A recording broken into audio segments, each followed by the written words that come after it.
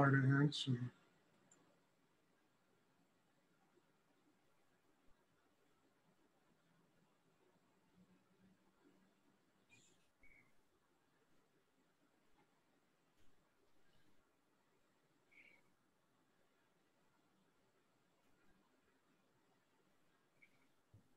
Does anyone have a question?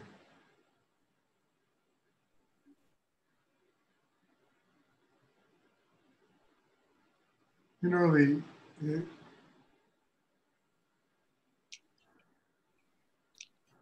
look, the ultimate goal of all of this, class after class, month and year after year, is the development of a life inside oneself that enables us to truly take probably the first major step of what it means, you know, in the development of enlightenment, and that truly is to become a happy person.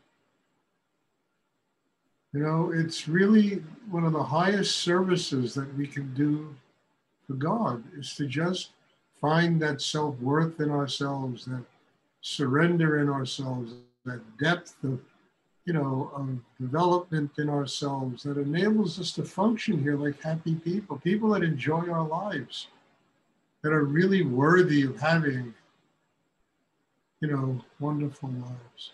And I honestly know the difference. I know what I was like when I was younger, depressed all the time, unhappy, chasing all kinds of, you know, goals that many of them took me nowhere.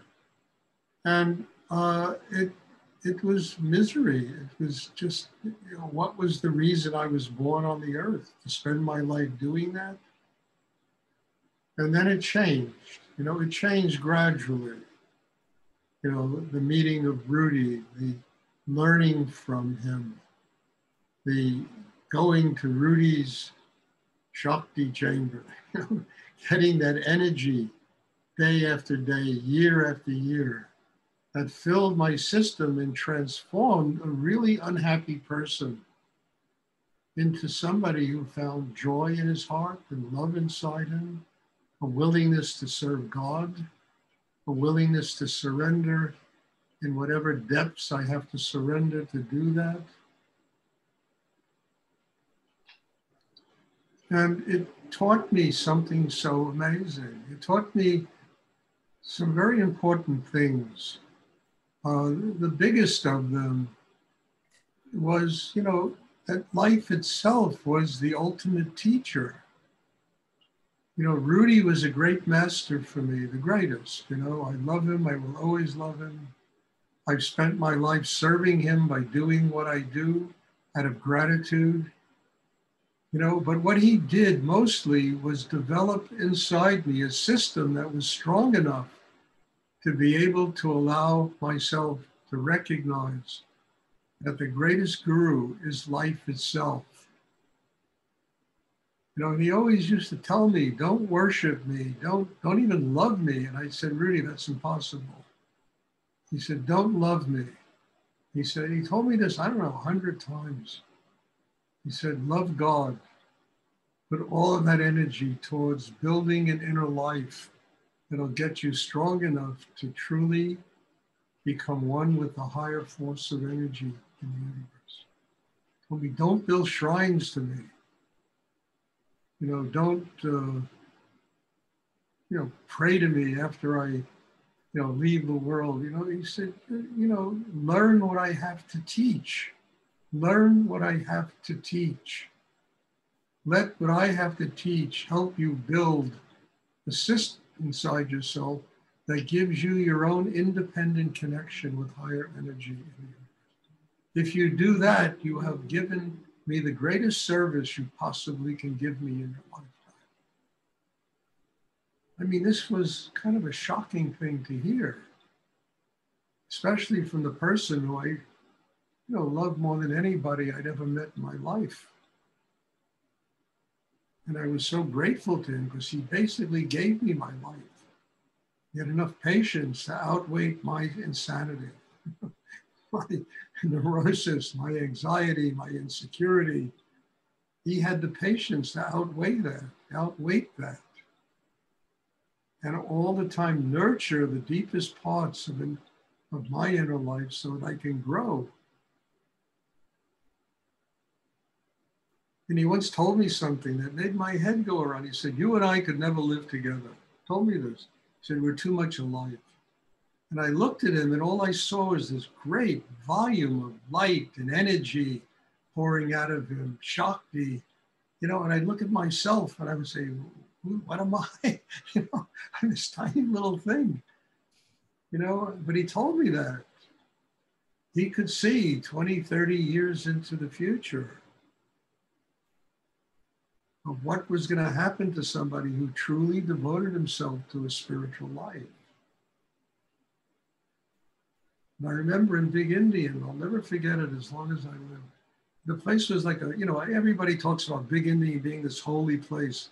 It's a lot of bullshit, it was an insane asylum. The people there were so crazy and so off the rack there, And I said to Rudy one day, we were working up on this hill, clearing it because he wanted to put an apple orchard in there. So we were cutting down trees and dragging them down the mountain and putting them in a fire. We did that for like the whole morning. It was just he and I. And I asked him, I said, "Rudy," I said, "what about these people and all this craziness that goes on here? You keep talking like you never want to come back here again." He said, "Stuart, none of them will be here in 20 years. You will be here in 20 years." And again, there was a shocking thing for me to hear.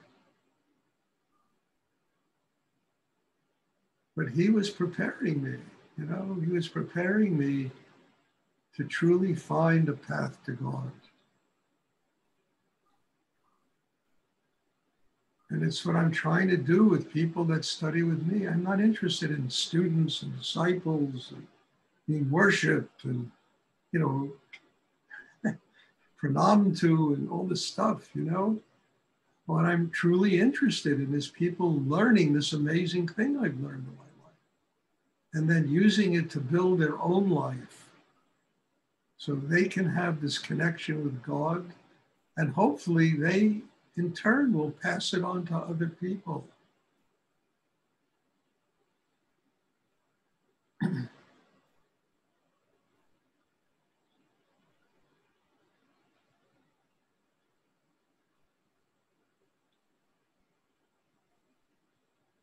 Does anyone have a question they would like?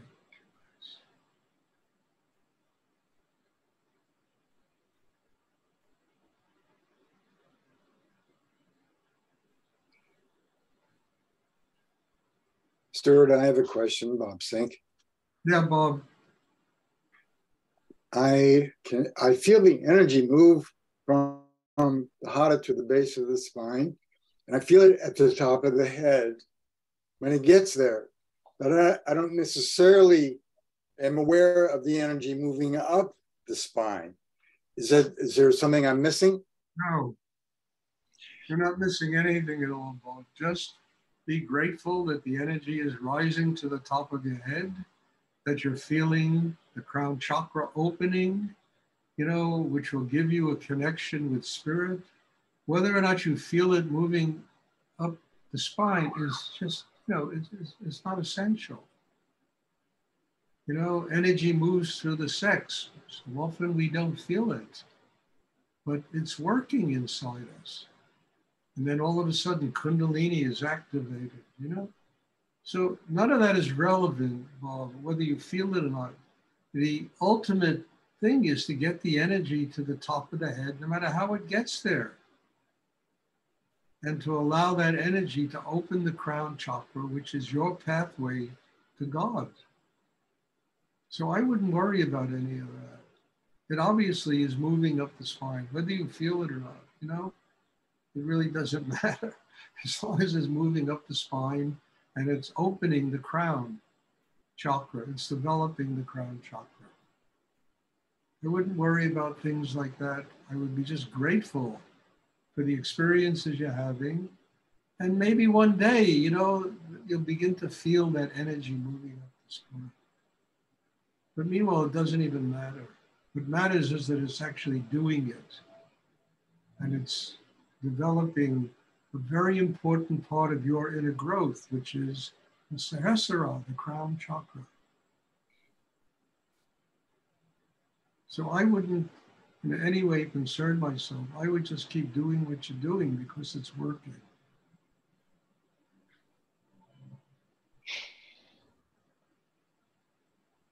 Stuart, I have another question. Yes. There are times where I'm feeling the energy move through the sex, but at the strangest times, not even during, there'll be times, not even during class, I'm doing something else. I'm just living my life and I'm feeling it move on through. And Bob, it's doing that because you're developing the hara, the third chakra, you're developing the base of the spine, the energy is moving through. And again, don't worry about it. I mean, you know, you could be having lunch and suddenly feel a great flow of energy through the sexual area. What does it matter? What does it matter? If you're sitting in class, you're having lunch, you're, you know, whatever you do, you know, you're doing your work. It doesn't matter as long as the energy moves through the sex to the base of the spine. That's the only important thing. In meditation, you're preparing that experience because in the meditation, you're building the chakra system, which will prepare you for that experience. And then God knows when it's going to happen. You know? Just be grateful it's happening and don't get too involved in your head, analyzing it and figure, why is it happening now and not happening while I'm meditating? What's the difference when it happens? Just be grateful. And don't, you know, start getting into all those head trips about when it should happen, why it should happen. You know? Look, to be very honest, Bob, I don't know why anything happens in my life. I really mean it. Things take place in the most outrageous moments, time, you know, and I've learned to just allow these things to work for me whenever they take place. I always have images in my head when things should happen, and they never happen then. They happen in God's time when I'm ready for them to happen. So I don't think about that anymore. I just allow these experiences, these inner experiences to take place. And it's not only the movement of Shakti, it's so many things in life that just take place at such unexpected moments that we often just kill it, you know? Because, oh, it shouldn't be happening now. It should be happening when I do this or that. It happens when it happens.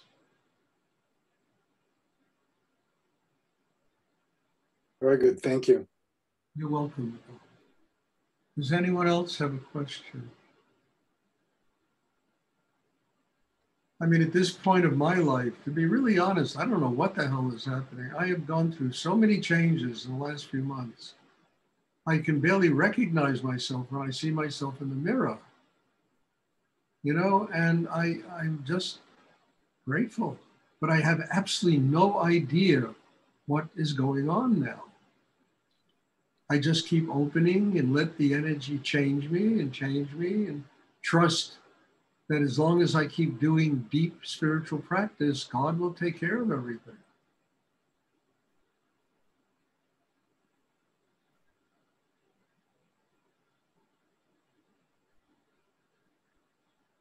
And where did I learn that from? I learned that from Rudy. I used to watch him go through so many things. And, you know, and he'd always shrug his shoulders and say, I don't know. It's all just happening now. These things are happening.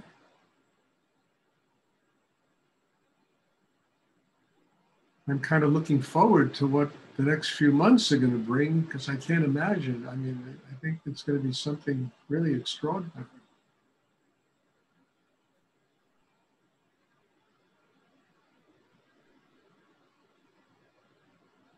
But years ago, I gave up trying to understand any of this. I said, you know, it's God's world. That's how it works. Who am I to try to comprehend the ways of God and the way God uses me in this world?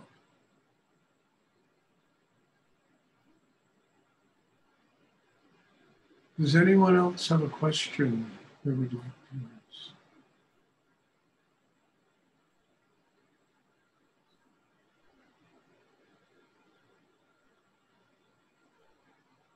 ask? Okay. There'll be meditation on Sunday. I'm looking forward to seeing you all. God bless you all. And again, as I always end these classes, thank you. You know, your presence is really helping me to grow in my life. I never see myself as a guru with disciples. I see myself as a person who every day has to work on myself to grow and get closer to God.